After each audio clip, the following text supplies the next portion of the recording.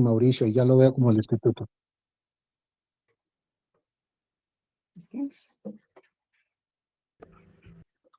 No sé si Buenas me noches para escuchan. todos. Buenas noches, padre Mauricio. Buenas noches para todos. Buenas noches, padre. Buenas padre. Buenas noches a todos los hermanos. Buenas noches. Buenas noches para todos. Buenas noches, padre. ¿Sí me están escuchando? Sí, señor. Buenas noches. Bueno, entonces, bueno, disculpan la demora, pero es que hacía rato que no prendía el portátil y me dio guerra. Pero ya logré prenderle el carboncito y como que prendió el computador. Entonces, no sé si iniciamos con una oración o ya la hicieron.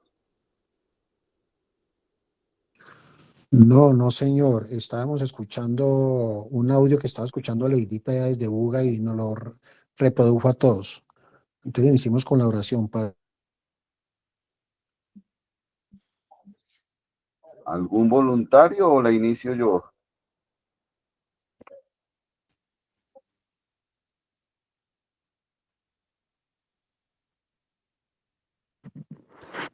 En el nombre del Padre, del Hijo y del Espíritu Santo. Amén. Señor, en esta noche que nos encontramos reunidos en fraternidad, te pedimos que envíes tu Santo Espíritu para que nos ilumine, para que nos abra el entendimiento y captemos la idea principal, que es encontrarte a ti en el misterio de la salvación. Te lo pedimos a ti que vives y reinas por los siglos de los siglos. Amén. Amén. Bueno, creo que todos me están escuchando bien. Entonces, perdón. Estoy aquí un momentito esperando que este aparato me prenda me abra el archivo. Ay, Dios, no responde.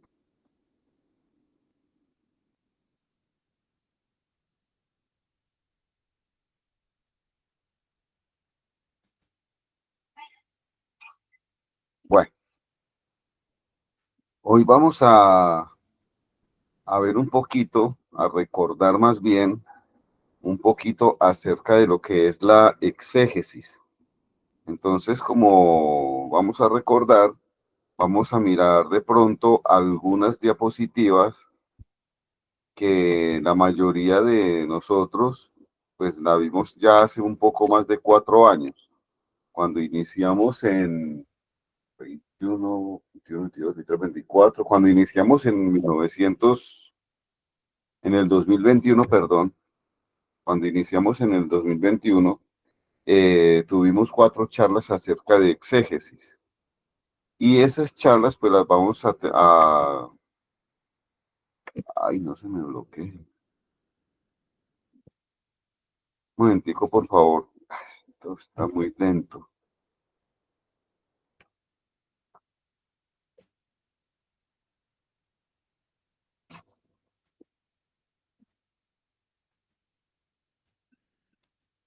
Acá está. A ver si recuerdo cómo es. Iniciar, aplicar, abrir pantalla, cambiar. Ah, esta está solicita.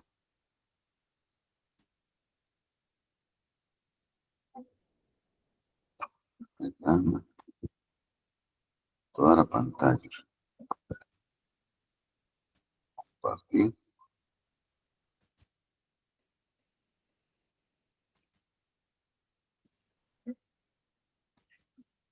Pregunta, ¿ven un archivo que dice exégesis?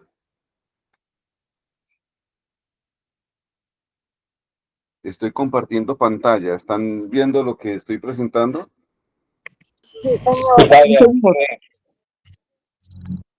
Ah, bueno, muchas gracias. Entonces empecemos. Vamos a mirar un poquito lo que podríamos llamar como una especie de resumen de lo que se hizo hace 4 años ya larguitos, cuando nosotros miramos qué era la exégesis. Entonces, nosotros estamos en algo que se llama Instituto Superior de Estudios Filosóficos y Teológicos, INCEFIT, que es lo que nosotros estamos haciendo, que es lo que nosotros vemos. Digamos que este es nuestro centro de estudio. Así como la Iglesia Católica Nacional de Colombia tiene su seminario, que creo que lo maneja el padre Roamir todavía, y algunas comunidades también tienen sus seminarios, o así como los misioneros de Yarumal tienen su seminario, o tenían su seminario en Yarumal el Menor, ahora creo que tienen solamente el noviciado, y como todas las comunidades tienen su seminario, pues nosotros tenemos nuestro centro de estudios, que es este, el Instituto Superior de Estudios Filosóficos y Teológicos, más teológicos que filosóficos. Nosotros cuando iniciamos el año pasado, hace 4 años, vimos algunas materias y dentro de ellas vimos esta materia llamada exégesis. Hoy vamos a hacer un pequeño recorderis de lo que es, por lo tanto vamos a ver los que ya vimos esa exégesis, esas cuatro charlas que tuvimos hace 4 años, van a ver unas diapositivas que ya las vimos, pero lo que quiero hacer hoy es un pequeño recorderis de qué es esto, para que las próximas 3 clases vamos a trabajar con textos propiamente para no ponernos en teoría de qué es exégesis, qué es la hermenéutica, qué es la proforística, qué es la heurística, porque el magisterio de la Iglesia pide determinar elementos comunes en la exégesis de los textos bíblicos, etcétera, etcétera, etcétera. Tener presente lo que es la inspiración, lo que es la inerrancia dentro del texto, para no volver a mirar todo ese contexto. Solamente hoy vamos a hacer el recorderis y las otras 3 clases siguientes vamos a mirar textos propiamente para hacer exégesis de una manera adecuada. Por ejemplo, los textos del día de hoy, los de la liturgia de la palabra, eran súper bonitos y eran hermosísimos para haberlos tratado en una clase de exégesis, porque tenía un hilo conductor espectacular. ¿Qué hace la exégesis? La exégesis lo que hace es interpretar los textos a la luz del pasado, digámoslo así, porque fue escrito, para qué fue escrito, para quién fue escrito, quién lo escribió, por qué lo escribió, para qué lo escribió, cuáles eran las condiciones para hacerlo, qué era lo que se pretendía al hacerlo, a qué comunidades se dirigía ese texto, qué era lo que se quería con relación a esa comunidad, o sea, qué era lo que se pretendía que esa comunidad interpretara con un texto, etcétera, etcétera, etcétera, ¿cierto? Y hay algo que va de la mano de la exégesis, que es la hermenéutica. La exégesis, digamos que mira un poquito al pasado, la hermenéutica coge el texto y lo renueva, lo trae un poquito más al presente.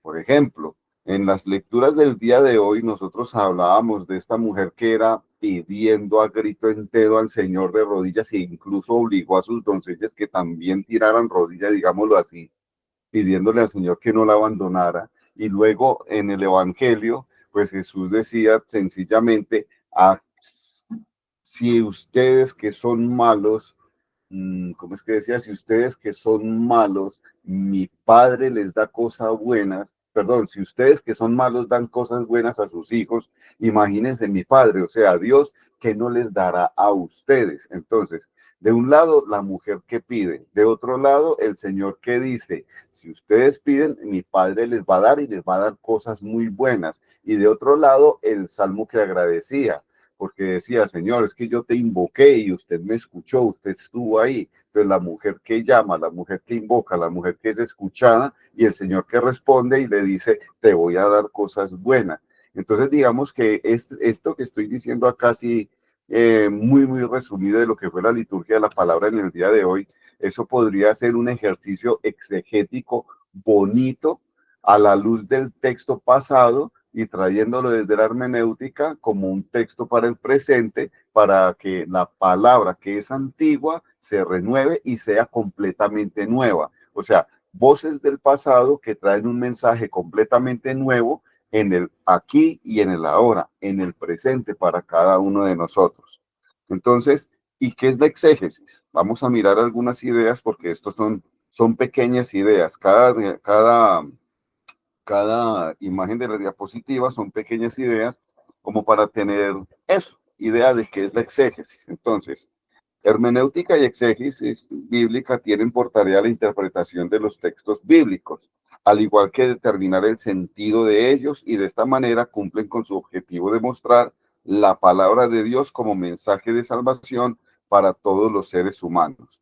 Cuando nosotros estudiamos filosofía, nosotros cogemos más el término hermenéutica que exégesis, y de la hermenéutica cogemos proforística, heurística, etcétera, etcétera, etcétera, hasta llegar a la filología, hasta llegar a las etimologías, y cogemos todos los textos y los desbaratamos y los volvemos ropa de trabajo, pero de una manera científica, como para mostrar algo científico en el presente, que nos expliquen algunas condiciones, algunos condicionamientos o algunas cosas que de pronto los textos quieren decir en realidad. O sea, lo que busca la hermenéutica es que quien hable del texto diga lo real y no que le invente cosas, que ponga a decir palabras al texto que no están allí, o que ponga a decir en boca de algún personaje palabras que él jamás expresó, porque nosotros somos muy dados a eso.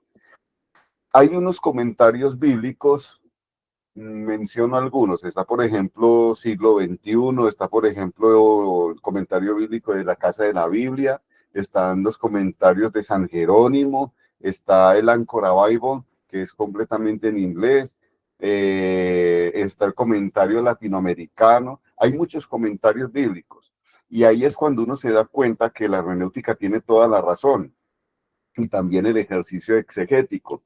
¿Por qué tienen la razón? Porque es que se busca que el texto sea claro y diga lo que tiene que decir, diga lo que realmente quiere decir, o sea, que muestre el sentido real del por qué fue escrito, para qué fue escrito, para quién fue escrito y cuál era el mensaje y qué se pretendía con ese mensaje.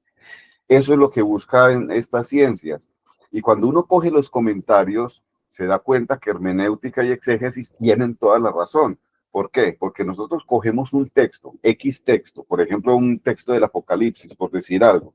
Entonces cogemos el comentario de San Jerónimo.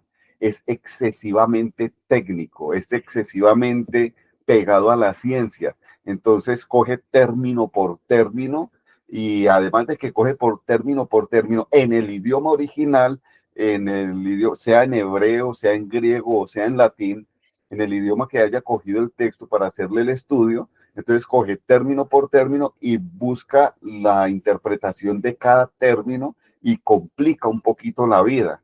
Si cogemos el comentario de la Casa de la Biblia, es un comentario totalmente pastoralista. Entonces coge el texto y lo que quiere decir el Señor es esto, quiere mostrar esta realidad, quiere ayudarnos, y nosotros vemos que nuestra vida no es acorde a lo que dice el texto, y Dios nos está pidiendo que vayamos por este camino para poder tener la salvación, por decir algo. Si cogemos el latinoamericano, es una realidad totalmente diferente, porque el comentario latinoamericano, al parecer, fue creado por algunas personas que son partidarias de la teología de la liberación, de la filosofía de la liberación. Entonces es una interpretación de los textos bíblicos, pero con una visión muy antropológica y una visión muy sociológica. Entonces vemos que todos los comentarios dicen algo similar, pero de maneras muy diferentes, y a veces diera la impresión que algunos comentaristas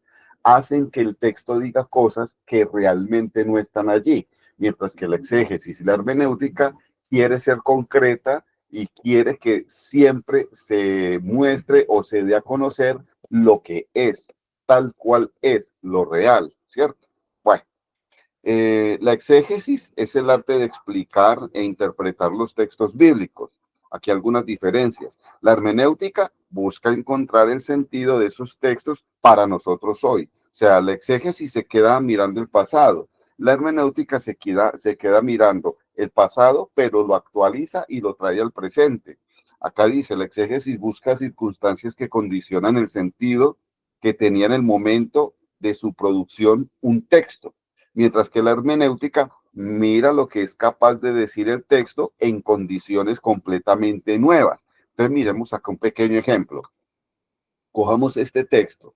Y Dios dijo, hagamos al ser humano a nuestra imagen y semejanza. Creó Dios al ser humano a imagen suya, macho y hembra los creó.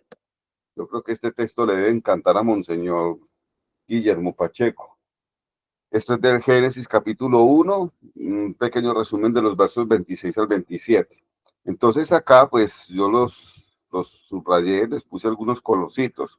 Nuestra imagen y semejanza. Si nosotros hiciéramos exégesis al texto, nuestra imagen y semejanza nos está mostrando lo que los padres de la iglesia interpretaron. Ven en este texto de nuestra imagen y semejanza el misterio de la Santísima Trinidad.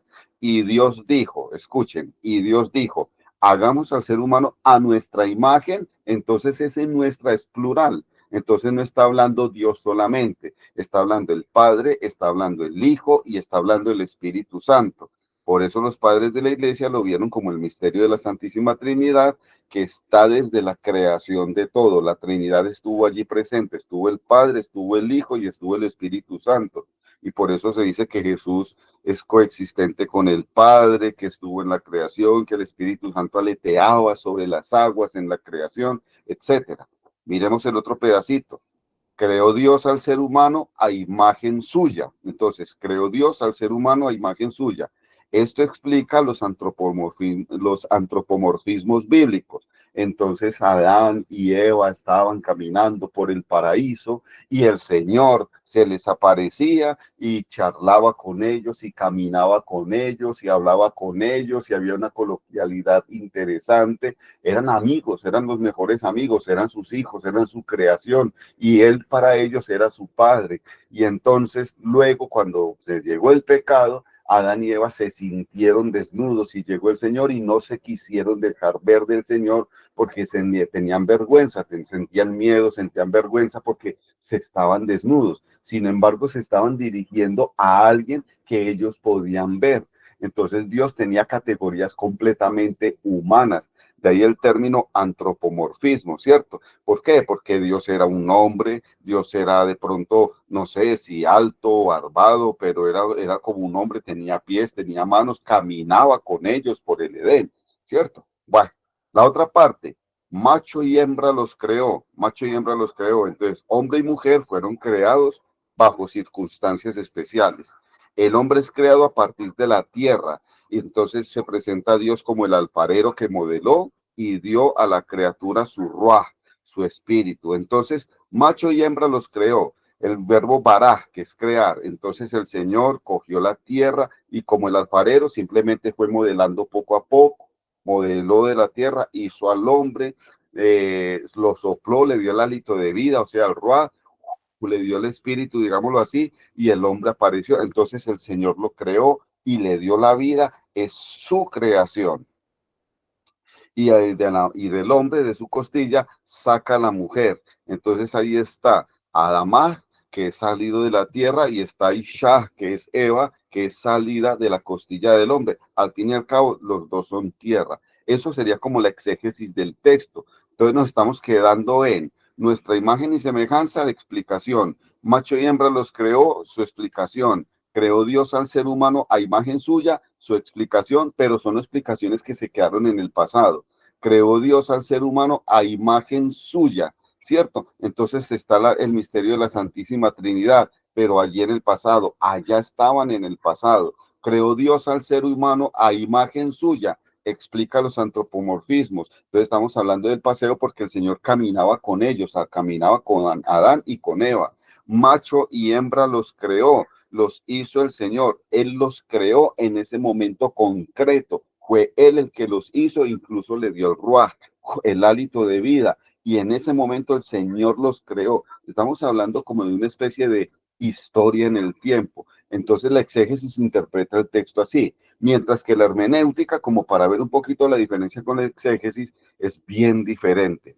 Se vale de interpretaciones, pero a la luz de la ciencia, siempre a la luz de la ciencia. Coge el texto del pasado y lo trae al presente y trata de explicarlo, pero con las categorías presentes para ser comprendido en el presente, para poder comprender lo que el Señor nos quiere decir de ese texto antiguo, qué nos quiere decir en el hoy, en el aquí y en el ahora. Entonces, por ejemplo, hay uno vivo. Entonces, por ejemplo, la teoría de la evolución de las especies a la luz de Teilhard de Chardin es completamente cierta, ya que el texto informa y explica que el hombre es criatura de Dios. Este texto, este mismo texto, pero el cómo no está claro. Entonces, el Señor nos creó, pero cómo nos creó no lo sabemos. La teoría de la evolución puede ser cierta, pero al mejor estilo de Santo Tomás de Aquino, ¿cierto? Nosotros podríamos decir tranquilamente que la célula primigenia para que se diera la evolución la puso Dios, porque el hombre no puede haber creado al hombre. Parodiando a Tomás de Aquino diríamos entonces, si nosotros cogemos al ser humano y nos vamos hacia atrás, pues yo necesité a mi papá para poder nacer, a mi papá y a mi mamá, pero mi papá necesitó a su papá y a su mamá para poder nacer, y mi mamá necesitó a su papá y a su mamá para poder nacer. Mi abuelo necesitó a su papá y su mamá para poder nacer. Mi bisabuelo necesitó a su papá y a su mamá para poder nacer. Mi tatarabuelo necesitó a su papá y a su mamá para poder nacer. Mi tatarabuelo necesitó a su papá y a su mamá para poder nacer. Hasta que llegamos al primer hombre, entonces le llamamos Adán. Y llegamos a la primera mujer, entonces le llamamos Eva. Entonces, para que ese hombre existiera y esa mujer existieran, aquí viene un problema y un dilema. ¿Qué fue primero? ¿El gallo o la gallina? ¿El huevo o la gallina o el huevo? ¿Qué fue primero? ¿Adán o qué fue antes de Adán y Eva? ¿De qué hubo antes de Eva? Porque es que Eva, al igual que yo necesité de papá y mamá para poder nacer, Eva también necesitó de papá y mamá para poder nacer. Adán también necesitó de papá y mamá para poder nacer. Pero entonces, como no nos podemos ir hasta el infinito, porque el hombre no existe desde el infinito, Dios el que es, Dios es quien es infinito. Entonces, Tomás de Aquino simplemente dice, pues sencillo, el primer hombre lo creó Dios y la primera mujer la creó Dios. Entonces, la hermenéutica del texto, ¿qué nos está mostrando? Nos trae el texto y nos lo explica a la luz de la ciencia. Lo de Tomás de Aquino de pronto es mucho más religioso, es más desde la fe, pero desde la hermenéutica podría ser una explicación algo científica, pero más científica, por ejemplo, coger a Teilhard de Chardin, que habla acerca de la grandeza del hombre, de la grandeza de la humanidad. ¿En qué consiste la grandeza de la humanidad? En que nosotros, como obra creadora de Dios, nosotros siempre, en nosotros reside ese deseo de conocer, de buscar, de mirar. Entonces la teoría de la evolución no está desfasada. ¿Por qué no está desfasada? Porque sencillo, Dios fue el que colocó la primer célula. Dios fue el que organizó todo el principio para que se pudiera dar todo ese proceso evolutivo y pudiesen aparecer sus verdaderos hijos. Entonces, sea por evolución o sea por la lucha entre las especies, recordando a Oparín y todo eso, la hermenéutica coge el texto y lo humaniza a la luz de la ciencia para darnos a entender lo que el Señor nos quiere decirnos con el texto. Dios creó al ser humano. Dios creó al hombre. El cómo no tenemos ni idea, pero que fue Dios y punto final, ¿cierto? Como decíamos ayer, este señor, Fray Luis de León, pertenecía a los agustinos, es del siglo XVI, y Agustín de León era un teólogo muy duro, muy fuerte, y precisamente como tenía ciertas divergencias con algunos teólogos de la época, él era agustino, pero entonces habían otros teólogos de otras comunidades religiosas, y terminó siendo acusado porque sus explicaciones de pronto no eran, en fin, el hecho es que terminó en la cárcel y él era profesor universitario. Entonces, Fray Luis de León, cuando sale de la cárcel, algunos años después, volvió nuevamente a la academia y él dijo, como decíamos ayer, como para retomar lo que habían terminado en la última clase, como decíamos ayer, y comenzó a enseñar. ¿Por qué lo traigo yo acá? Porque como decíamos ayer, o sea, como decíamos hace 4 años en las clases de exégesis, pasamos ahora sí a hacer un pequeño recorderis. Estas diapositivas de aquí en adelante son un pequeño recorderis. Entonces, palabra siempre antigua y palabra siempre nueva. Eso será el texto bíblico. Palabra antigua, ¿por qué? Porque cuando cogemos los textos bíblicos, hay textos que tienen más de 3 milenios, es decir, más de 3.000 años de antigüedad.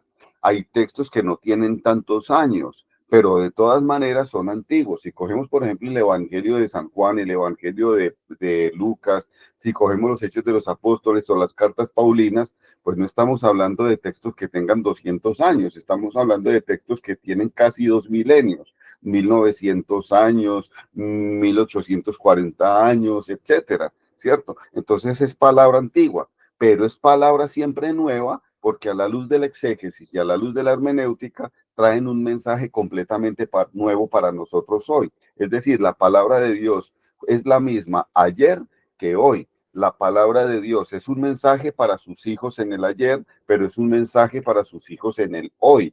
De pronto, diferente porque hay que mirar los contextos, ¿cierto? No es lo mismo el mensaje que nuestro Señor Jesucristo quería dar a un puñado de judíos al mensaje que nuestro Señor Jesucristo quiere dar a una comunidad que ya está globalizada y que está en todo el planeta.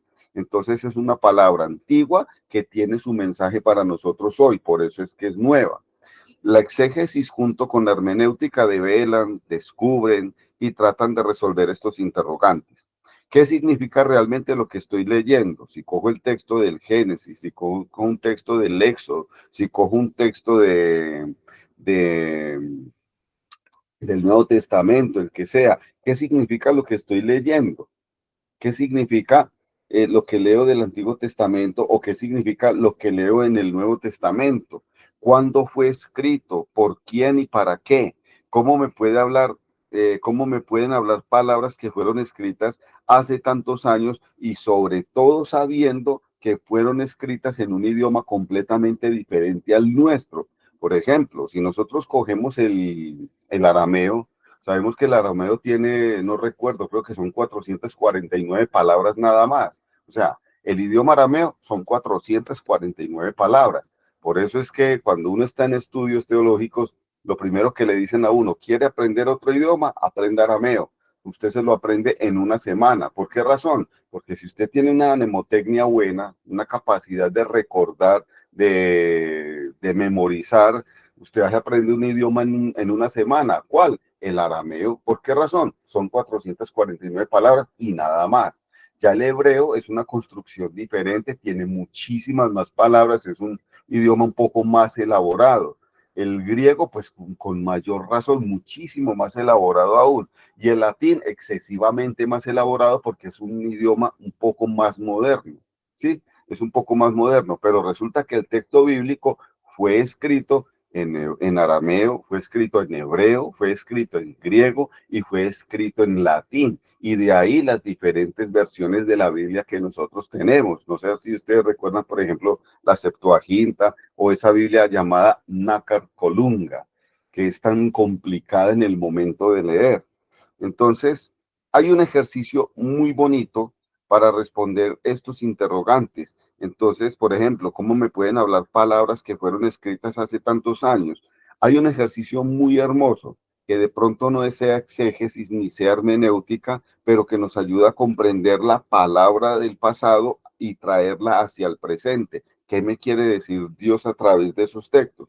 Y ese ejercicio es el famoso ejercicio llamado la lección divina, que fue el legado que nos dejó Orígenes, quien afirmaba que la lectura de la Biblia había que hacerla con atención, constancia y oración.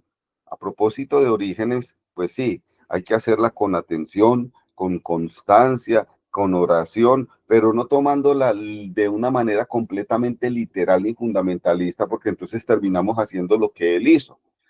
La palabra de Dios es antigua y es nueva, hay que renovarla, pero hay que comprender lo que está diciendo. Por ejemplo, cuando dice, si tu ojo te hace pecar, sácatelo, porque es mejor entrar tuerto al reino de los cielos que con los dos ojos buenos al infierno, donde será el rechinar de dientes. Si tu mano te hace pecar, córtatela, porque es mejor entrar manco al reino de los cielos que con las dos manos al infierno o a la gehenna, ¿cierto?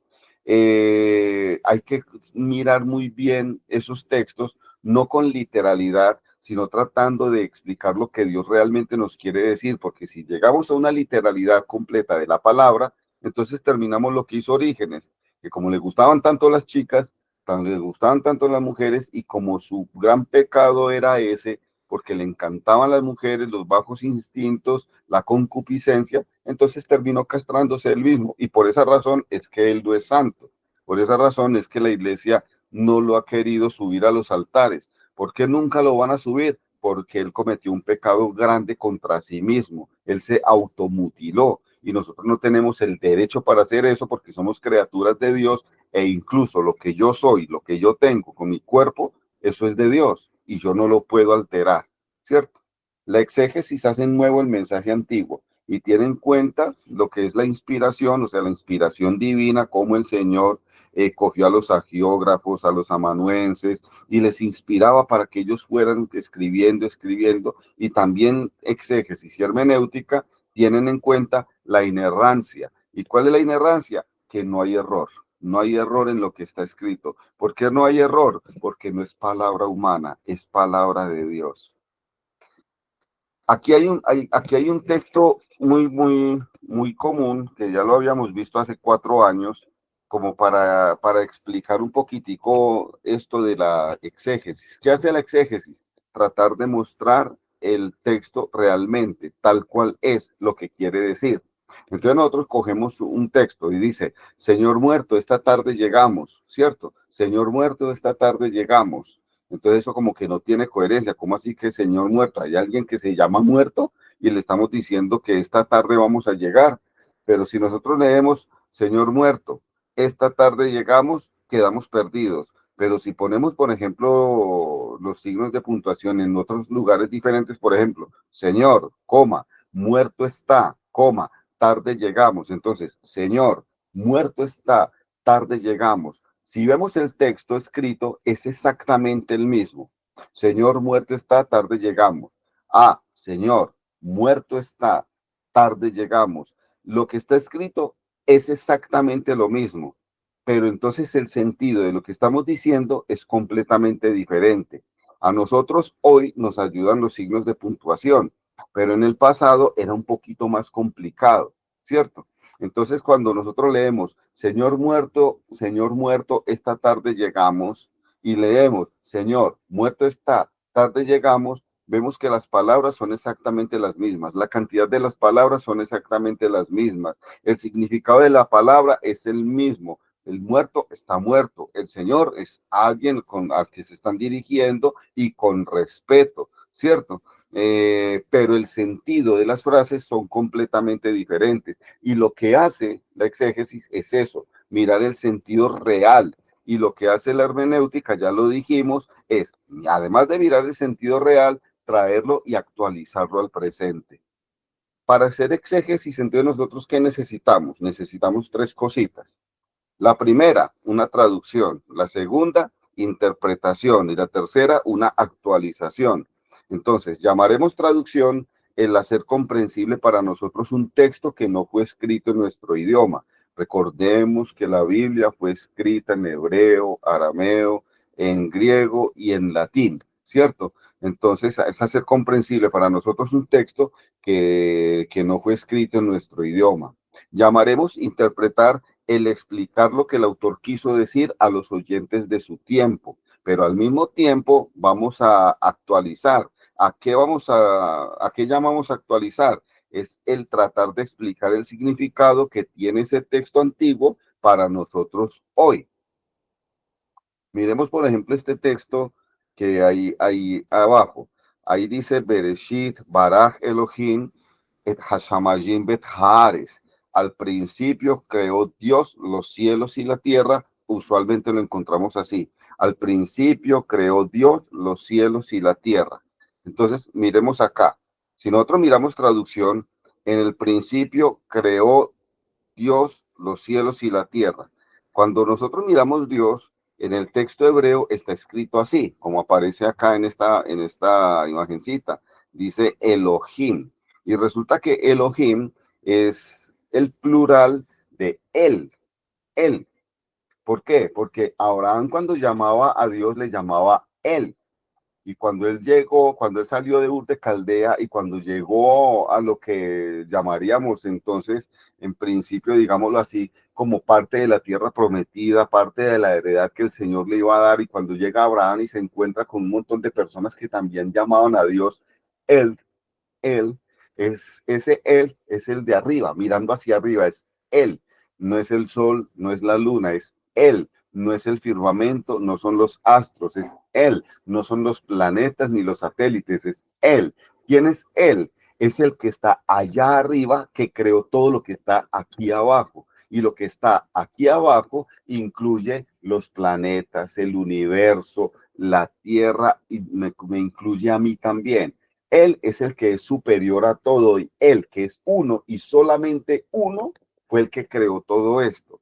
Pero entonces cuando nosotros cogemos el texto, Bereshit Baraj Elohim Bet Hasamayim Bet Haares, ese Elohim es plural, entonces no dice él, no dice Dios, no dice uno solo, ni siquiera dice Yahvé, no es el tetragramatón, dice Elohim, es plural porque este him es el plural de él, entonces no dice el Señor, sino el Señor de los señores, ¿cierto? Entonces, cuando nosotros decimos el Señor de los señores, entonces aquí vamos a interpretar ahora. Ya hicimos la traducción, ya sabemos que ahí no dice Dios, ya sabemos que no dice un solo Dios, en el principio Dios, o sea, solamente uno. Creó los cielos y la tierra. No, interpretemos. Dios creó los cielos y la tierra. O sea, lo que está diciendo es que con ese el Señor de los señores es que hay muchos pueblos que tienen una idiosincrasia diferente, tienen dioses diferentes, entonces hay una cantidad de dioses impresionantes. Estamos hablando del tiempo en cuando fue escrita la Biblia. Entonces, habían muchos dioses, que Marduk, que Baal, que Astarte, que Asherá, que Yahvé, el Roí, el Shaddai, que es el mismo, ¿cierto? Entonces, aquí lo que se pretende, según la interpretación, es que ese Elohim, lo que quería hacer el hebreo era mostrar que él, el Dios de ellos, él, el Dios de ellos, llamémoslo Yahvé, sí, para que nos pongamos de acuerdo. Él, el Dios del pueblo judío, era el Señor de los señores. O sea, no negaba la existencia de los otros dioses. Entonces, que Marduk existía, listo, Marduk es otro Dios, pero es de otro pueblo, no es nuestro Dios es superior a él. Que Baal existe, listo, pero no es de nuestro pueblo. Baal existe, pero es de los cananeos, eso es de ellos, eso es problema de ellos, es el Dios de ellos. Que Asherá o Astarte existen, sí, pero eso también es de los cananeos, eso es de ellos, es el Dios de ellos. Pero el nuestro es superior a todos los demás. Aceptamos que los otros dioses existen, pero el de nosotros es el Señor de los señores. Es como si hubiese una especie de panteón de dioses y el Dios del pueblo judío fuese el primero de todos, el gran rey, el gran Dios, el supremo ser, al cual están supeditados todos los demás seres y todos los demás dioses. Por eso le llamaron el Señor de los señores. Y hay que actualizar ese texto. Entonces, solo existe un Dios. Entonces ya viene la hermenéutica y lo actualiza. Solo existe un Dios y es el creador de todo cuanto existe. Entonces, sí, es el Señor de los señores, es el Dios de los cielos y de la tierra. Hay muchos dioses, pero ellos son inferiores a Dios, pues el Señor es el Señor de los señores, es el número uno, es el más poderoso, y la hermenéutica lo actualiza. No, no es así. Solamente existe un Dios y nada más que un Dios, y es el creador de todo cuanto existe. Hay algo interesante antes de pasar a esta partecita, antes de pasar a lo que son los errores que se deben evitar en la interpretación. Antes de pasar a esto, hay algo interesante. Cuando nosotros cogemos un texto para interpretar, nosotros podríamos coger, por ejemplo, el Bereshit, el Génesis, y cogemos el Génesis y entonces hablamos de Yahvé, hablamos del pueblo judío, hablamos de la descendencia judía, hablamos de sus rituales, de su pensamiento, su idiosincrasia, de que tienen un texto sagrado que es la Biblia, que manejan unas fiestas para adorar a Yahvé, a su Dios, y todo eso, el pueblo judío, ¿cierto? Pero si nosotros miramos otros pueblos, Entonces también aparece el hinduismo, que también tiene una cantidad de dioses, también tienen un texto sagrado, también tienen unas fiestas. Si cogemos el budismo, entonces también tienen un texto sagrado, también tienen unas fiestas. Si nosotros cogemos el mundo árabe, los musulmanes, entonces también tienen, los musulmanes también tienen un libro sagrado, también hay fiestas, también hay rituales, también hay culto, igual que acá. Entonces, ¿qué hace la exégesis? Muestra lo que es en su tiempo. ¿Qué hace la hermenéutica? Nos muestra los errores y traduce todo eso a la luz de la ciencia y de la fe, obviamente, porque aquí la hermenéutica estaría trabajando a favor de la teología, de nuestra fe. Entonces la hermenéutica lo que dice es, si ustedes le llaman Alá, si ustedes le llaman Yahvé, si ustedes le llaman Yeshua, si ustedes le llaman como le llamen, Dios es uno y solamente uno. Por aquello de la pluralidad cultural, por aquello de que la tierra es muy grande y que existen diferentes culturas, que existen diferentes, entonces existen diferentes creencias, porque la revelación divina fue aceptada y traducida a la luz de los principios culturales que tiene cada pueblo. Entonces los musulmanes lo entendieron de esa manera, los judíos lo entendieron de esta otra manera, los hindúes lo entendieron de esta otra manera, y por eso aparecieron todas esas religiones como si hubiesen varios dioses, así como en la antigüedad. Entonces estaba Marduk, estaba Yahvé, estaba Baal, y resulta que no. La hermenéutica nos dice, solamente existe un Señor, solamente existe un Dios, y es el mismo Dios para los musulmanes, el mismo Dios para los judíos, el mismo Dios para los alemanes, para los rusos, para los colombianos. Es solamente un solo Dios. Solo que nosotros en nuestra fe lo hacemos tripartito, al igual que lo hicieron los padres de la iglesia cuando vieron en el Génesis la presencia de la Trinidad. Nosotros también hablamos de Dios Padre, hablamos de Dios Hijo, porque creemos en la persona de nuestro Señor Jesucristo, y hablamos del Espíritu Santo, porque el Espíritu Santo estuvo presente en la creación, aleteó sobre las aguas, bendijo las aguas, y el Espíritu Santo descendió sobre Jesús, y el Espíritu Santo desciende sobre nosotros, y el Espíritu Santo pues tiene una cantidad de dones y tiene todos los dones con los cuales nos enriquece a nosotros, a todos los hijos de Dios, etcétera. Entonces hay que tener en cuenta, pues, como ese pequeño detalle. La hermenéutica es muy importante y es muy agradable, porque actualizar el mensaje de Dios es comprender el mensaje de Dios en el aquí y en el ahora, en el presente.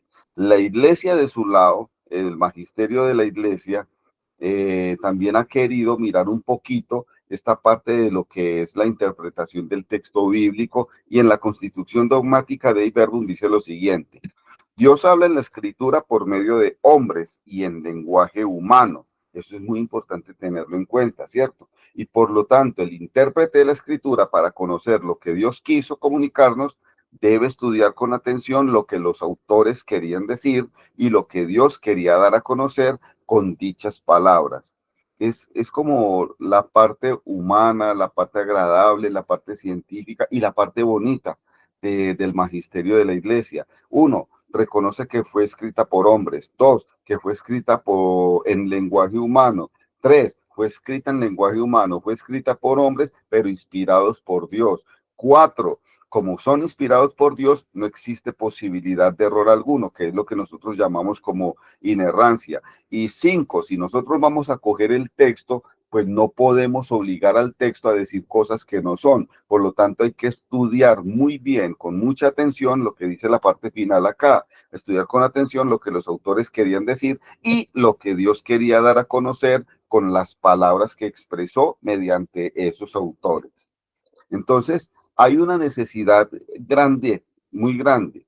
¿Cuál es? Es la de evitar el error en la interpretación. Nos invita la Constitución Dogmática de Verbum a hacerlo. Vamos a evitar errores en la interpretación. Entonces hay exégesis histórica, hay exégesis literaria, etcétera. Pero entonces, ¿por qué hay necesidad de evitar el error en la interpretación? Para no poner al texto a decir cosas que no son. Y aquí hay una pregunta: ¿por qué insiste el magisterio en evitar el error en la interpretación y los fundamentalismos? Por lo siguiente, miren, hay errores cometidos por nosotros, errores de literalidad, error de intencionalidad, error de condicionamiento cultural, error por fundamentalismo, ¿cierto? Entonces vamos a mirar cada uno de ellos por literalidad, error de literalidad. Pondríamos en boca del autor palabras que jamás expresó. Por ejemplo, tu madre, tus hermanos y tus hermanas están fuera y te buscan. Hagamos el ejercicio exegético.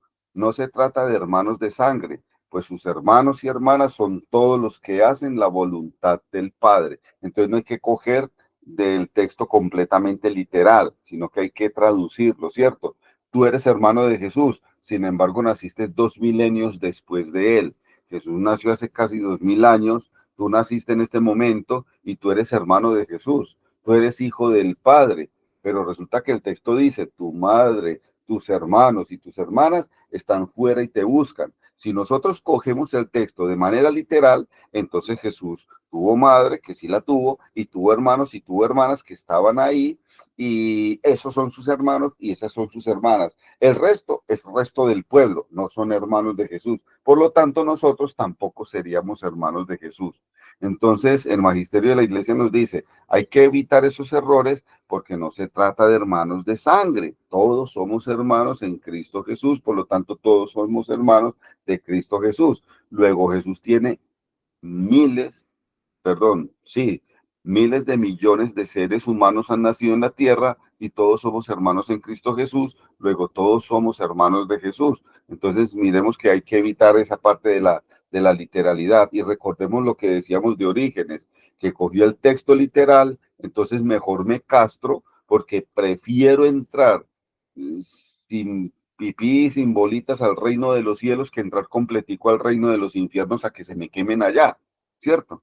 De intencionalidad, otro error. Daríamos al texto una intencionalidad equivocada. Miremos: los ángeles separarán a los malos de entre los justos y los echarán en el horno de fuego.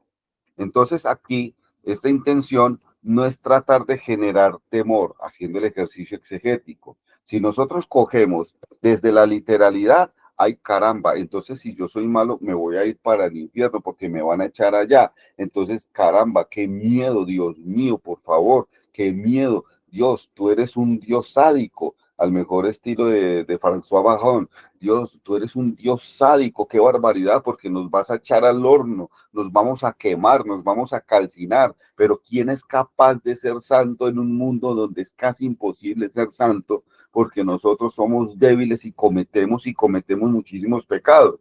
Entonces, haciendo el ejercicio exegético, no se trata de generar temor en el ser humano, no se trata de generar temor en los fieles, no se trata de generar temor en quien está leyendo la palabra, se trata de llevar al hombre a su conversión. Entonces, por medio de la conversión, yo adquiero el temor, pero el temor de lastimar a Dios con mi pecado. Si yo tengo miedo de ver sufrir al Señor con mi pecado, entonces eso me debe llevar a una conversión. Entonces no me está generando un temor de Dios es sádico, Dios es cruel, Dios es vengativo, sino que es como una especie de temor, casi conmiseración con el Señor. Yo no quiero verle sufrir. Entonces allí está el ejercicio exegético. Error de condicionamiento cultural. Alá es el verdadero Dios. No, no, no es Alá. Yahvé es el único Señor. No, no, no, no, no, no, no, no, no. Fuera de la iglesia no hay salvación. Entonces solo existe un Dios único según el ejercicio exegético. No solo un Dios único, un Dios Padre, un Dios que es creador de todo y de todos por su gran amor. Por lo tanto, no hay por qué hacer guerras religiosas. Los musulmanes no tienen por qué matarse con los cristianos. No, no volvamos a las épocas de Agustín de Hipona cuando se dieron las famosas circunciliones, que aquellos que no eran católicos se escondían en ciertos lugares y cuando pasaba un obispo o un sacerdote o un fraile católico, los encendían a piedra hasta matarlos. A eso se le llamó las circunciliones. No tenemos que llegar a eso porque es que tu Dios es mi Dios. Mi Dios es el Dios de aquella otra cultura. Dios es el mismo absolutamente para todos. Allí está el ejercicio exegético y al mismo tiempo el hermenéutico. No podemos tener ciertos condicionamientos culturales. Entonces yo vivo en parte de Asia o África, soy musulmán. Yo vivo en América Latina, entonces yo soy cristiano. Entonces yo vivo en el Japón, entonces soy maoísta, soy taoísta. No nos podemos dejar condicionar culturalmente porque estaríamos cometiendo errores que nos podrían llevar a problemas como guerras, por ejemplo. Fundamentalismos que también crean guerras. Es otro error. La Sagrada Escritura es clara y autosuficiente para dar respuesta a todos los problemas del ser humano y no hay cabida para las ciencias humanas. Eso es muy fundamentalista. Entonces, solamente la palabra de Dios nos da respuesta a todos. Todo lo que venga fuera de la palabra de Dios, anatema sea, maldito sea, porque es que no hay cabida para las ciencias humanas. Entonces, haciendo el ejercicio exegético, dice, la palabra de Dios expresada en lenguas humanas se hace semejante al lenguaje humano como la palabra del Eterno Padre, asumiendo nuestra débil condición humana. Se hizo semejante a los hombres. Dios es absolutamente para todos. Eso es de la Dei Verbum número 13. Recordamos, por ejemplo, no recuerdo cómo se llama este señor, se me olvidó. Bueno, no lo recordemos porque se me fue la paloma. Continuemos más bien. Recordemos que el texto bíblico, para no cometer errores y hacer el ejercicio exegético bien y un ejercicio hermenéutico bien hecho, recordemos que el texto bíblico viene principalmente de 3 idiomas, del hebreo. Entonces nosotros, para hacer un exégesis, pero una exégesis minuciosa, al mejor estilo del comentario de San Jerónimo, que es bien técnico. Si nosotros queremos hacer una exégesis bien buena, debemos conocer esto. Por ejemplo, el hebreo, el alefato hebreo. Aleph, Bet, Gimel, Dalet, He, Vav, San, Yet, Tet, Yod, Kaf, Lamed, Men, Nun, Sameh. Ay, Dios santo, me perdí. Bueno, que pues lo estoy leyendo. Ampet, Sade, Kof, Res, Sayin y Tau. Si nosotros conocemos el alefato hebreo y conocemos, por ejemplo, el Kameshat, no la puse, qué pena. Si conocemos el alefato hebreo, este es el alefato, estas son como quien dice las consonantes, no es alfabeto, es alefato, es otra cosa totalmente diferente. Pero ellos también tienen vocales, por ejemplo, está el Shere, el Shegol, el Kamesh Hatuf, etcétera. O sea, tienen A, tienen E. Entonces, recordemos palabras como la siguiente, esta que los hemos explicado en varias ocasiones, Yahvé. Nosotros decimos Yahvé porque estamos leyendo de un texto que tiene un Kamesh Hatuf y que tiene un Shegol, que son las vocales. El Kamesh Hatuf reemplazaría la A nuestra y el Shegol sería una especie de E nuestra, ¿cierto? Porque Sere es una E, Shegol es otra E. En el hebreo existen como 4 E's y también hay diferentes A. Entonces, como Yahvé tiene Kamesh Hatuf, entonces leemos Ya, y como tiene un Shegol, leemos Ve, Yahvé, ¿cierto? Si le quitamos el Kamesh Hatuf y si le quitamos el Shegol, o sea, le quitamos la A y la E, quedan 4 consonantes muy difíciles de leer. Queda Yod, Het, Vau, Het. Son 4 consonantes, las cuales nosotros conocemos como el tetragramatón. ¿Qué es el tetragramatón? Es el nombre de Dios, o sea, Yahvé, que viene del hebreo. ¿Por qué le quitaron las vocales? Para que ningún judío pudiera expresar, pronunciar el nombre del Señor. ¿Y por qué ningún judío puede expresar el nombre del Señor? Porque nosotros somos seres malignos, somos seres pecadores, somos seres que necesitamos de un decálogo para poder comportarnos más o menos de acuerdo a la voluntad del Señor, de acuerdo a la voluntad de Yahvé. Entonces nosotros necesitamos que estén coaccionándonos a toda hora, diciéndonos, normas, código de santidad, código deuteronómico, el decálogo y las más de 640 y punta de leyes que existen en todo el Antiguo Testamento. Nosotros necesitamos leyes y leyes y leyes y leyes para podernos comportar. Entonces, como somos tan malos, porque somos pecadores y somos una raza perversa, somos tan perversos que estuvimos en el paraíso y nos expulsaron del paraíso. Somos tan perversos que comenzó la creación con los hijos y uno mató al otro. Somos tan perversos que Sodoma y Gomorra tuvieron que ser destruidas. Somos tan perversos que todos los que estaban por fuera de Noé y de su familia fueron destruidos en un diluvio. O sea, somos una raza de personas perversas, malas y pecadoras, y una persona perversa, mala y pecadora no puede pronunciar el nombre del Señor porque Él es 3 veces santo, el superlativo. Santo, santo, santo es el Señor. Como Dios es completamente santo, nosotros no lo podemos pronunciar. Por eso le quitaron el Kamesh Hatub y el Shegol al tetragramatón. Después, con el tiempo, esto digamos que es un bonus track, después con el tiempo, hacia la década de 1800, no recuerdo el año exacto, pero fue en el siglo XIX, 1800 y algo, aparecieron unos señores llamados los masoretas. Estos señores trataron de recuperar el lenguaje antiguo, hebreo. Y cuando comenzaron a recuperar, porque es que ya se había perdido. ¿Por qué se perdió? Porque recuerden que el hebreo en sí, el israelita en sí, la nación desapareció mucho tiempo.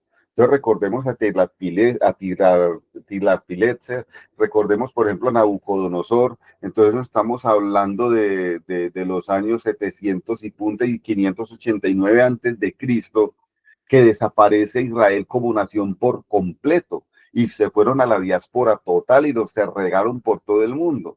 Y después de la Segunda Guerra Mundial, gracias a Vaticano, y sí señores, Vaticano tuvo que ver, gracias a Estados Unidos, gracias a Inglaterra, gracias a Francia, Rusia también metió la mano por ahí, pero más que todo fueron los ingleses, americanos, ingleses, franceses y Vaticano, no italiano, sino el Vaticano propiamente. Prácticamente hicieron que el pueblo de Israel, que estaba perdido por el mundo entero después de la Segunda Guerra Mundial, como una manera de resarcir el error grande que se cometió en la Segunda Guerra Mundial, que fueron los campos de concentración, principalmente el de Auschwitz, donde mataron tantos judíos, porque fueron más de 6 millones de judíos que murieron allí. Entonces, para resarcir ese error tan grande, pues devuélvanse nuevamente a su tierra prometida, devuélvanse nuevamente a Israel, porque esa es la tierra que emana leche y miel, y es la tierra que Yahvé, su Dios, nuestro Señor, les dio a ustedes. Vuelvan. Y los ayudaron a volver y comenzó todo ese problema del sionismo y todas esas vainas y comenzaron ellos a llegar. Pero resulta que hacía más de 2500 años que ellos no vivían ahí. Por lo tanto, en 2500 años, pues los árabes se apoderaron de esa tierra ya era de los árabes. Entonces los árabes que vieron que los judíos vinieron a invadir su tierra y comenzaron los problemas, y esa es la dificultad, porque es que ellos tienen conciencia histórica, desafortunadamente lo que los colombianos no tenemos, porque en Colombia cualquier hijo de la grandísima madre se lanza para presidente y lo subimos de presidente. Cualquier pendejo saca una red social y lo hacemos famoso, porque no tenemos conciencia histórica. Musulmanes y judíos, afortunadamente, ellos sí tienen conciencia histórica, pero desafortunadamente la conciencia histórica que tienen les ha llevado a que constantemente recuerdan que tienen un problema desde Abraham, porque Abraham tuvo 2 hijos, entonces Abraham tuvo Isaac, pero también tuvo con Agar, tuvo a, ¿cómo es que se llama este man? Ay, se me olvidó, alguien que me recuerde. A Ismael. Entonces, a Ismael. Entonces, con Ismael aparece todo el pueblo musulmán, ¿cierto? Los filisteos. Con Isaac aparece entonces todo el pueblo de Israel, aparecen las 12 tribus de Jacob, las 12 tribus de Israel, etcétera, etcétera, etcétera. Y es un problema milenario. Desde Abraham existen esos problemas y como ellos tienen conciencia histórica, todavía están agarrados por eso. Eso es increíble, pero pero es una realidad impresionante, ¿cierto? Y bueno, ahí están agarrados ellos y les devolvieron su tierra y ellos volvieron a su tierra. Y entonces, ¿qué hicieron los masoretas? Como fueron 2500 años que Israel dejó de existir como nación, como pueblo, el idioma se perdió. El idioma se perdió. Los textos antiguos se perdieron, por eso los papiros, por eso las óstracas, por eso los pergaminos antiguos. Cada vez que recuperan alguno, cada vez que encuentran alguno, para ellos eso es un tesoro porque les está hablando de la antigüedad, lo que ellos son, porque ellos sí tienen conciencia histórica, son nación, son pueblo, son uno, una misma lengua, los une un mismo Dios. Ellos tienen conciencia de todo eso.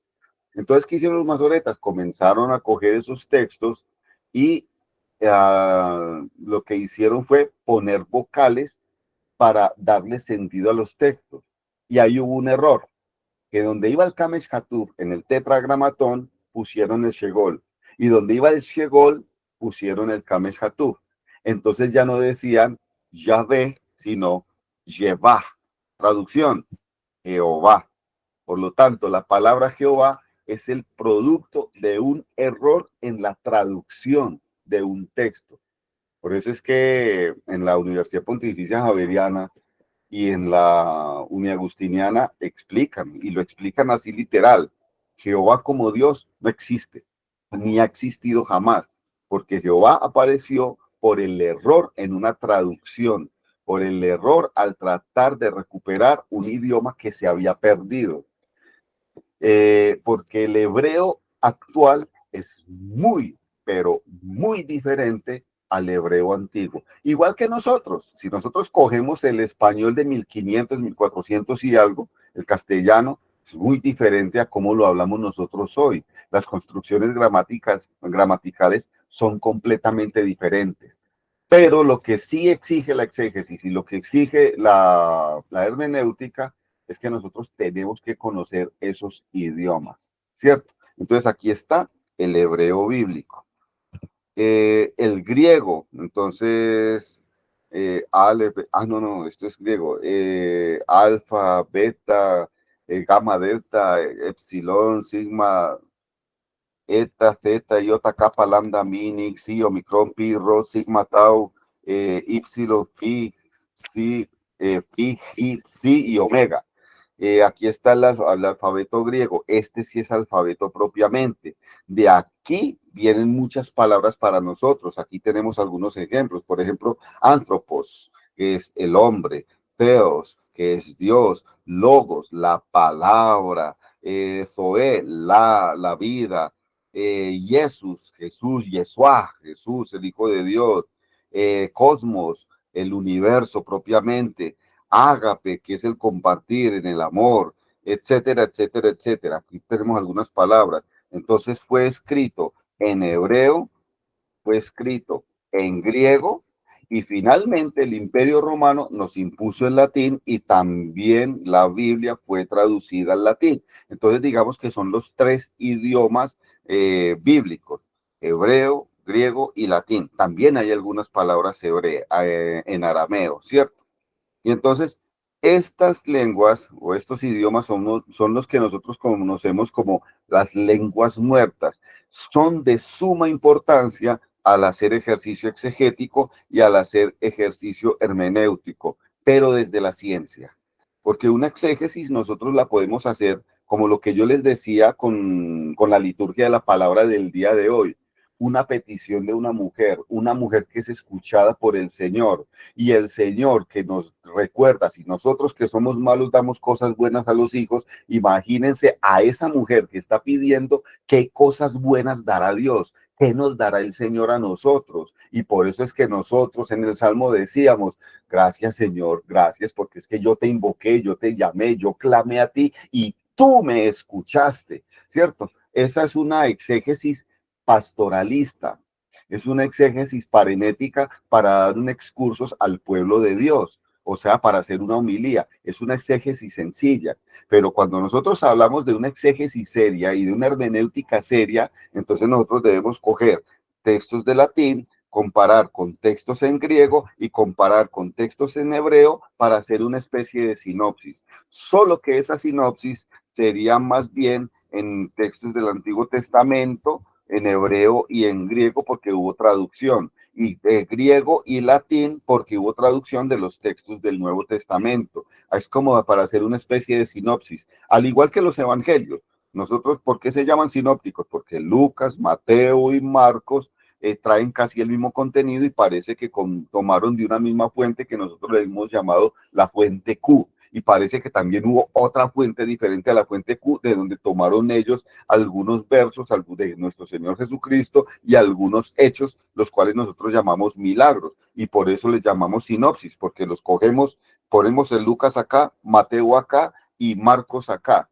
Y entonces los cogemos a leer y vemos cosas como similares y podemos hacer traducciones e interpretaciones a partir de esa sinopsis. Lo mismo pasa con el texto antiguo desde la exégesis y desde la hermenéutica. Cuando hacemos sinopsis con esos textos, entonces vemos que ahí es cuando nos damos cuenta que del hebreo tradujeron mal porque no supieron el sentido o el contexto de una palabra y la traducen al griego con otro sentido de pronto diferente. Lo traducen de pronto al latín con otro sentido, por ejemplo, diferente. Y por esa razón es que los comentaristas de los diferentes comentarios, Casa de la Biblia, comentario latinoamericano, el Ancora Bible, etcétera, etcétera, etcétera, tienen interpretaciones diferentes.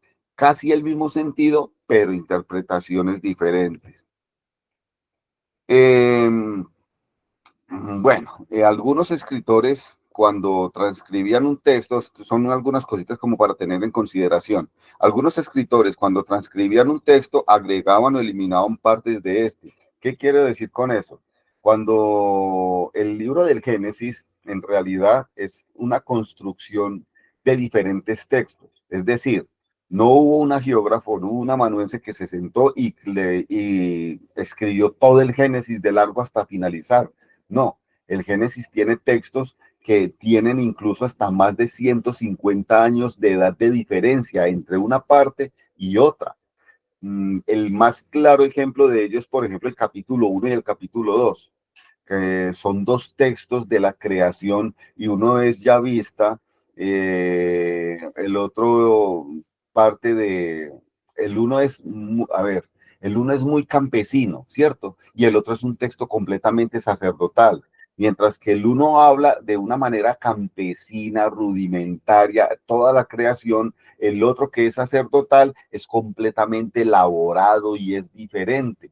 Entonces ahí nos podemos dar cuenta que son dos textos totalmente diferentes, que pertenecen a dos escuelas totalmente diferentes, a dos modos de pensar y ver las cosas de manera diferente y que pertenecen no solamente a contextos diferentes, sino a tiempos diferentes. Y el Génesis en sí es una recopilación de diferentes textos que iban cogiendo, iban mirando y este se puede poner acá, este se puede poner acá, este lo podemos poner acá, este tiene que ir adelante, este tiene que ir después, hasta que armaron en conjunto algo llamado Génesis, que sería como la creación, ¿cierto? Las obras no presentan continuidad lógica, es decir, el texto en su totalidad no pertenece al mismo autor. Por ejemplo, nosotros estamos acostumbrados a escuchar que el Pentateuco fue escrito por Moisés. Fue puchica. Entonces, ¿cuántos años tuvo Moisés? Y ese man era un berraco porque supo incluso hasta redactar cómo fue su propia muerte. O sea, Moisés fue un tenaz, casi un dios, porque cómo se enteró Moisés, por ejemplo, de los acontecimientos anteriores, muchísimos, muchísimos años y casi que siglos antes de él nacer. Por ejemplo, aquí está una parte de abajo, la historia de Noé, toda la parte de los patriarcas. Uy, Moisés, entonces Moisés es milenario, él mantiene siglos. Ese man vivió más de 300, 400 años e incluso estuvo presente en su propia muerte y él escribió todo eso.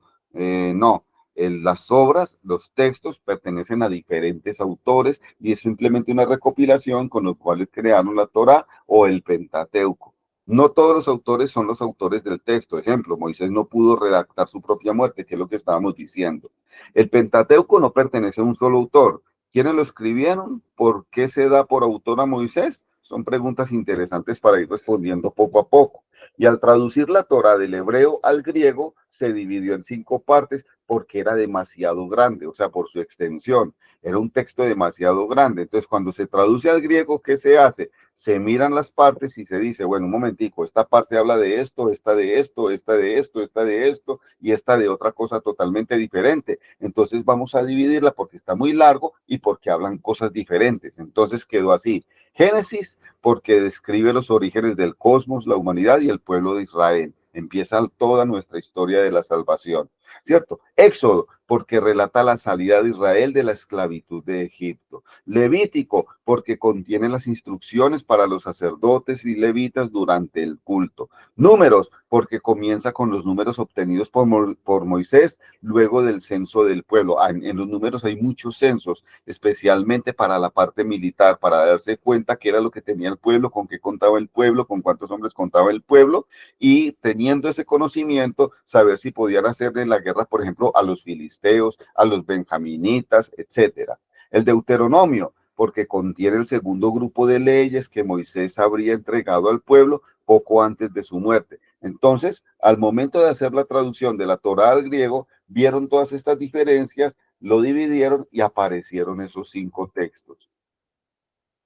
Seguimos. Para interpretar un texto se debe tener en cuenta algunas cositas, lo que es el sentido literal del texto, lo que es el sentido espiritual del texto y lo que es el sentido pleno del texto. Primero, sentido literal del texto, es decir, el texto original, tal cual como ha sido producido por los autores. Yo siempre recomiendo la Biblia de Jerusalén para estudio, ¿cierto? Entonces, sentido literal, es decir, el texto original, tal cual como ha sido producido por los autores. Un ejemplo, la palabra Caifás. En Juan capítulo 11, 49, 50, Caifás dijo al Sanedrín, vosotros no sabéis nada, ni caéis en la cuenta que os conviene que muera uno solo por el pueblo. Allí hay una parte de tinte político y no perezca toda la nación. Y entonces aparece una especie de revelación divina, sentido literal del texto. Sentido espiritual del texto. Siempre debemos leer el texto bajo la influencia del Espíritu Santo en el contexto del misterio pascual de Cristo y de la vida nueva que proviene de él. Ejemplo, 2 Samuel. Y cuando tus días se hayan cumplido y te acuestes con tus padres, afirmaré después de ti la descendencia que saldrá de tus entrañas y consolidaré el trono de su realeza. Él constituirá una casa para mi nombre y yo consolidaré el trono de la realeza para siempre. Miremos esto. Dios promete a David un descendiente que afirmaría para siempre. Su trono puede ser releído a la luz de Cristo, que resucitado de entre los muertos ya no muere más. Entonces, él constituirá una casa para mi nombre y yo consolidaré el trono de su realeza para siempre. Tuvimos que esperar hasta nuestro Señor Jesucristo. Ahí está el sentido espiritual del texto. Y el sentido pleno del texto es otra manera de designar el sentido espiritual. Se trata del significado que un autor bíblico atribuye a un texto bíblico anterior, ¿cierto? Entonces, vamos a coger un texto bíblico y vamos a mirar su texto o su significado a la luz de un texto anterior. Veamos, por ejemplo, Mateo 1:23 e Isaías 7:14. Mateo 1:23 e Isaías 7:14 tienen siglos de diferencia, ¿cierto? Hay siglos de diferencia. ¿Qué dice Mateo? Ved que la Virgen concebirá y dará a luz un hijo y le pondrán por nombre Emanuel, que traducido significa Dios con nosotros, ¿cierto? ¿Qué hizo Mateo? Se valió de un texto anterior. Miremos Isaías 7:14. Ved que la Virgen concebirá y dará a luz un hijo y le pondrán por nombre Emanuel, que traducido significa Dios con nosotros. Está diciendo lo mismo. O sea, se valió de un texto antiguo. Entonces ahí está el sentido pleno del texto. ¿Cómo hago una buena exégesis? Sencillo. Primero, leamos el texto bíblico a la luz del Espíritu Santo. Siempre orar. Eso no es por molestar. Eso no es de los grupos de oración. Eso no es de la gente pía y de la gente beata que quiere tener un encuentro con el Señor y cogen la palabra y Padre Santo, voy a hacer esta oración para que me hables por medio de la palabra. Eso no es solamente para ello. Cuando se hay que hacer una exégesis, porque hasta los mismos exégetas, los hermeneutas, los exégetas, cuando van a interpretar textos, Uber Ángel decía en alguna clase, no recuerdo, no sé si el padre Desiderio se acordará de él, Uber Ángel decía, siempre que se va a hacer la traducción de un texto o un estudio de un texto, hay que hacerlo a la luz del Espíritu Santo. ¿Y cómo se hace? Orando, llamándolo, porque Él es el que me puede iluminar. Por eso nos da ciencia, por eso nos da sabiduría, para poder comprender realmente lo que está allí escrito. Entonces, eso de orar es hasta para la misma ciencia exegética. Lea el texto bíblico a la luz del Espíritu Santo. Deje que sea Dios quien hable. No le ponga palabras al texto que no existen. Deje que el texto hable y diga lo que es. Segundo, empápese de la realidad en que vive su contexto, a quienes va a predicar. Entonces, si yo voy a predicar a un pueblo que vive en la guerra, pues no puedo predicarle lo mismo que le predico a un puñado de personas que me invitaron a una Eucaristía, voy y se las voy a celebrar allá, pero son un montón de personas ricachonas, que tienen poder, que nunca han sufrido, que viven súper bien. Son dos contextos diferentes, aunque la palabra sea la misma, son dos contextos diferentes y debo comprender qué le debo decir a la luz del Espíritu Santo a una comunidad y qué le debo decir a la otra. Tercero, relacione el mensaje del texto escogido con la realidad cruda, tal cual como se vive, pero siempre en sentido cristológico. Es Cristo quien habla, no es usted el que está hablando, es Cristo quien habla, y por eso la importancia de no ponerle al texto palabras que no están, es decir, de no poner en boca de Jesús palabras que él jamás ha dicho. Hay que mirar la realidad tal cual es, ¿cierto? Pero siempre cuando se vaya a hablar a esta realidad tal cual es, que sea siempre en sentido cristológico. Es Cristo quien debe hablar. Por esa razón es que algunos sacerdotes pedimos siempre al Señor, cuando vamos a predicar, cuando se va a iniciar una Eucaristía, Señor Jesús, sé tú quien celebra a través de mí y sé tú quien predica, que sean palabras de vida eterna para este pueblo tuyo. Y creo, no sé, yo soy un fiel convencido de eso, de que el Señor escucha esa oración. Y por eso muchas veces cuando uno prepara una homilía y uno está contento porque, uy, qué homilía la que me voy a fajar mañana, y uno la lleva preparada en una hojita o se lleva el esquema mental y uno ya sabe qué es lo que va a decir, y uno termina diciendo una cosa totalmente diferente. Recuerdo que en alguna homilía acá yo le decía a la gente, y creo que fue la semana pasada, yo les decía, hubo en alguna ocasión que yo expliqué la palabra, hice la homilía y casi me pongo a llorar.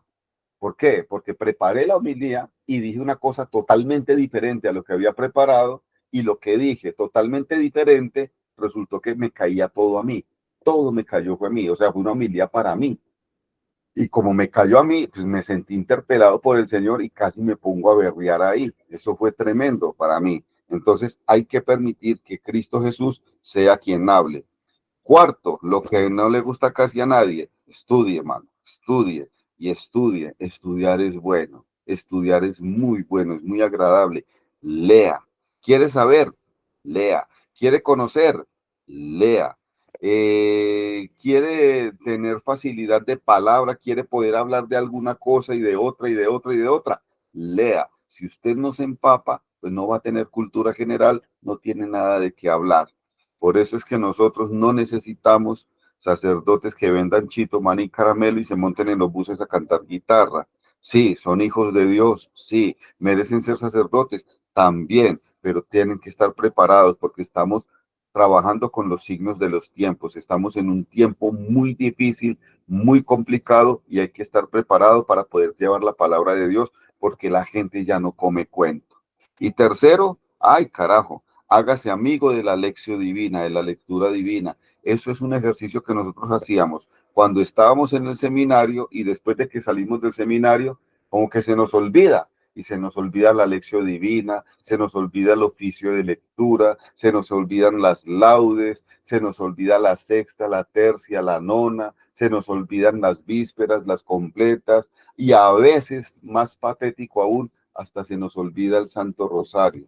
Yo no sé por qué le damos vacaciones a aquello que verdaderamente es la gasolina para nuestro motor, para poder continuar avanzando, llevando el mensaje de Dios tal cual es al pueblo de Dios, a su pueblo escogido, a su pueblo elegido y con el mensaje que Dios quiere transmitirles. Dios les pague. Hoy fue como la parte teórica, digámoslo así, porque esto era un pequeño recorderis. Se dieron cuenta que la mayoría de las diapositivas, todas las últimas, fueron un recorderis. Ahí habían diapositivas de exégesis 1, exégesis 2, exégesis 3 y exégesis 4. Las primeras sí eran completamente diferentes. ¿Qué vamos a hacer en las siguientes 3 clases? Vamos a coger textos. No se me asusten si le pido el favor a alguno. Le voy a pedir el favor, por ejemplo, supongamos que llamo a Viviana y le pido, mira, va a coger tal texto, lo va a leer y nos vas a decir qué comprendes por ese texto. A otra persona le puedo decir acerca del mismo texto. ¿Qué crees que fue lo que quiso decir el autor en ese momento cuando escribió el texto para esa comunidad? A otro le puedo pedir un favor diferente. ¿Qué crees que nos dice Dios con ese texto a nosotros hoy? ¿Cierto? Entonces, y cuando ya hagamos ese ejercicio, entonces ya ahí entrará el padre Mauricio y explicará exegética desde la exégesis y desde la hermenéutica lo que es el texto, qué es lo que quería decir el texto, de dónde salió ese texto y qué cosas escondidas hay ahí, recónditas dentro del texto que nosotros no nos damos cuenta, porque hay muchas cosas que el Señor nos habla y nosotros no nos damos cuenta. Por ejemplo, cuando cogemos el texto de Isaías, donde habla de los dones del Espíritu Santo y aparecen 6, entonces, claro, ¿por qué lo sacaron y por qué dicen que esos no eran y por qué le agregaron un don más? ¿Por qué le pusieron uno más? Porque decían que es que aparecen 6 en Isaías, entonces eso es imperfecto. Agreguémosle uno más porque 7 pues hace alusión al Señor y es un número perfecto y por eso le agregaron uno más. No se dieron cuenta que cuando escribieron esos 6 eran 2 grupos, uno de 3 y otro de 3. Y el 3 es un número perfecto. Ahí está la trilogía. Está el Padre, el Hijo y el Espíritu Santo. El 3 es un número perfecto y eran 2 grupos de 3. Entonces miren que hay muchas cosas en la Biblia como esta y otras más que son muy interesantes de dialogar, muy interesantes de ver, muy interesantes de estudiar, y eso es lo que vamos a hacer en las siguientes 3 clases. Dios les pague, muchísimas gracias, y colorín colorado, he terminado. ¿Todavía están vivos? Muchas Así gracias, sí. padre. Muchas gracias. Muchas gracias. Bueno, vamos a hacer un recorderis. Sabemos de que vienen las clases seguidas, ¿no? El único día que se para es el Jueves Santo, para que lo tengamos presente. Entonces, está el padre Mauricio, después viene el padre Harold, después padre Wilson, y venimos con el seminario franciscano, que van a ser 3 clases. Que vamos a hacer un homenaje a un franciscano, pero en su tiempo les diré quién es, por qué se le va a hacer un homenaje en ese seminario franciscano. Le quiero dar la palabra a Mari, que pidió un minutico para la Eucaristía del domingo. Mari, anda por ahí.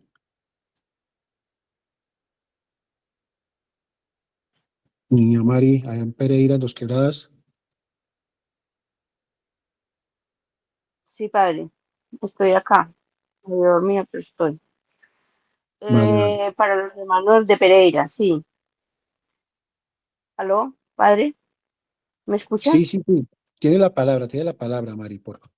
Bueno, padre, pues para los hermanos de Pereira, que por favor, los que vayan a venir a la Eucaristía, me confirmen para yo organizarme con lo de compartir.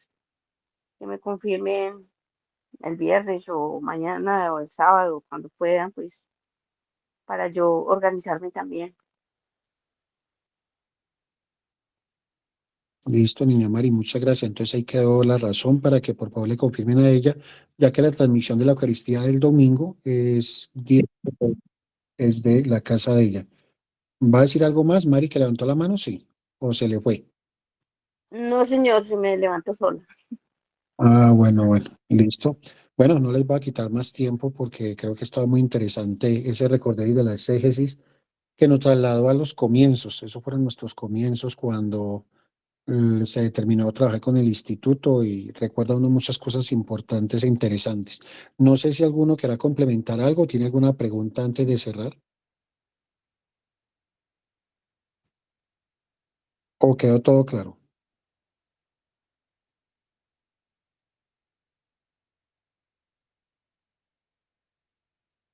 Bueno, como que quedó todo claro. Entonces pedimos el favor a nuestra hermana Dani y Andos Quebradas que nos haga la oración final, por favor.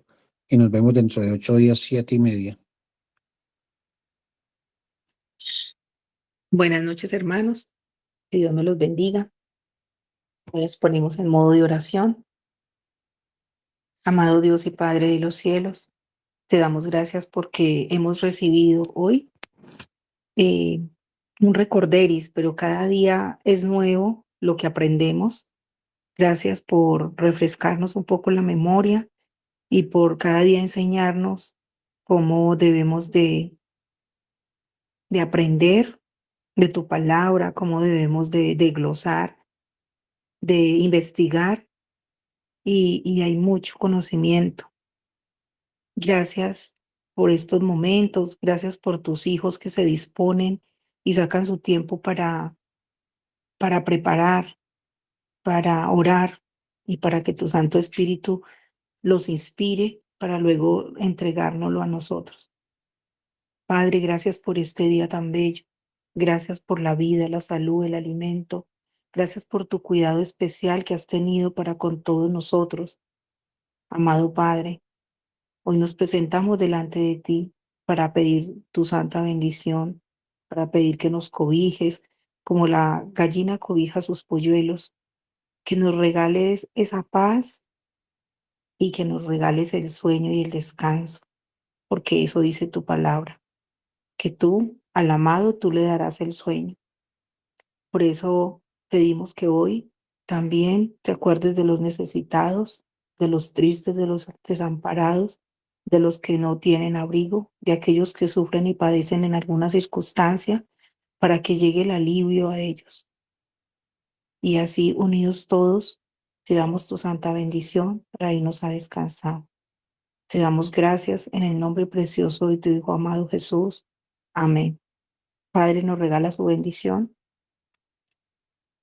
¿De cuál de los padres quiere, Dani? Cualquiera, todos son especiales para Dios y para nosotros. Para el padre Mauricio que está en clase de Ibagué, por favor. Dios Todopoderoso, tenga piedad, misericordia de nosotros, perdone nuestros pecados y nos lleve a la vida eterna. Y en este momento nuestro Señor Jesucristo descienda junto con su Santo Espíritu sobre cada uno de nosotros y nos regale su compañía, su protección y su santa bendición. La bendición del Padre, del Hijo y del Espíritu Santo. Amén. Gracias, una Gracias, feliz noche Padre para Mauricio. todos. Gracias, Padre. Feliz descanso para todos. Paz y bien. Una feliz y muy bendecida noche Igualmente. para todos mis hermanos. Mil Muchas gracias. bendiciones para todos. Que descansen.